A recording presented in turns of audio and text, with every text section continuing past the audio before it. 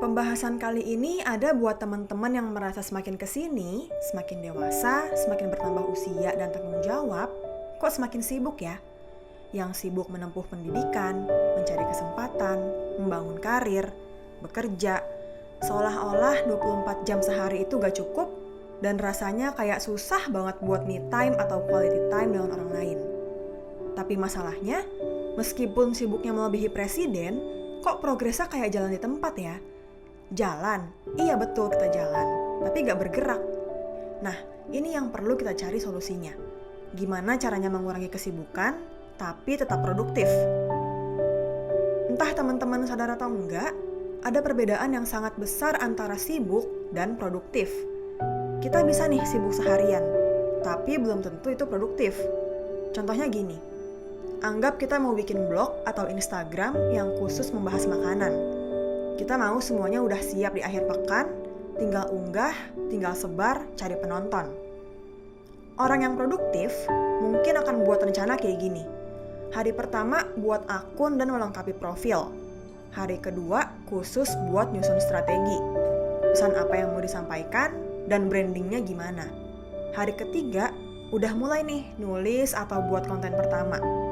Hari keempat masuk ke belajar baca insight, unggah postingan, dan sebagainya. Ini yang disebut dengan action oriented.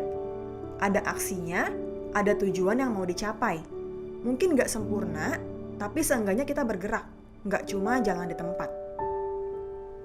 Sebaliknya, orang yang sibuk, wah gak kebayang deh to-do list-nya sampai akhirnya mewujudkan blog atau Instagram tadi.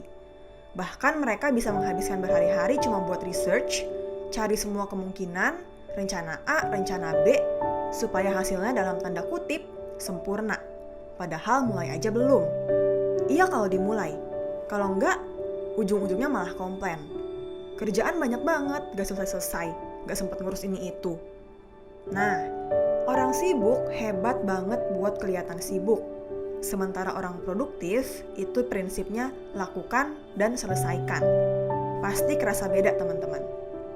Gak ada yang namanya telepon Dimas buat minta laporan di to-do list punya orang produktif. Kenapa? Karena mereka pasti langsung melakukan dan menyelesaikan itu. Gak ada juga yang namanya menunda atau mencatat sesuatu yang sebenarnya bisa dilakukan saat ini juga. Jadi teman-teman, mulai sekarang berhenti jadi sibuk, mulailah jadi produktif. Ini 4 tips singkat yang bisa bantu kita untuk lebih produktif. Yang pertama, fokus ke satu hal terlebih dahulu. Dari sekian banyak to-do list, mana yang akan membawa hasil paling signifikan? Selesaikan yang itu dulu. Urutkan prioritas tugas, jadi teman-teman gak perlu multitasking di satu waktu. Yang kedua, kenali dan manfaatkan kalender. Buat jadwal yang jelas, aksinya apa, dan tujuannya apa.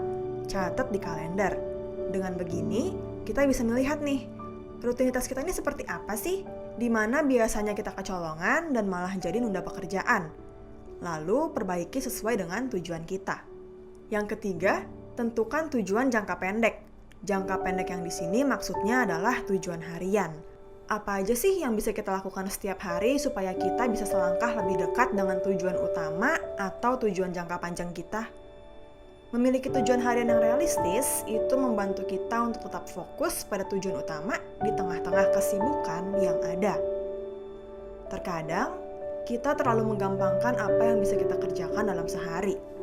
Ingat teman-teman, lebih efektif punya 3 tujuan harian yang bisa kita selesaikan ketimbang punya 10 tujuan yang gak tahu kapan selesainya. Yang keempat, menjauh dari distraksi. Distraksi adalah musuh produktivitas. Usahakan sebisa mungkin untuk fokus menyelesaikan tugas kita dulu. Hindari multitasking, entah itu multitasking kerjaan lain atau multitasking main HP. Yuk teman-teman, kita belajar buat beri perhatian penuh terhadap sesuatu yang mau kita capai atau selesaikan. Nah, kabar baiknya, kalau kita masih ada di fase sibuk sekarang, gak apa-apa. Pastinya orang produktif juga punya momen di mana mereka masuk ke fase sibuk. Produktivitas itu sesuatu yang bisa kita latih dan akan meningkat seiring dengan konsistensi kita. Yang penting adalah kita sadar dan kita bergerak maju. jangan cuma jalan di tempat. Teman-teman boleh mulai lakukan 4 tips tadi, sederhana tapi super efektif. Jadi segini aja untuk pembahasan kali ini. Terima kasih lagi teman-teman udah nonton. Jangan lupa like dan share ke teman-teman dan keluarga kalian supaya kita bisa sama-sama hidup lebih. Bye!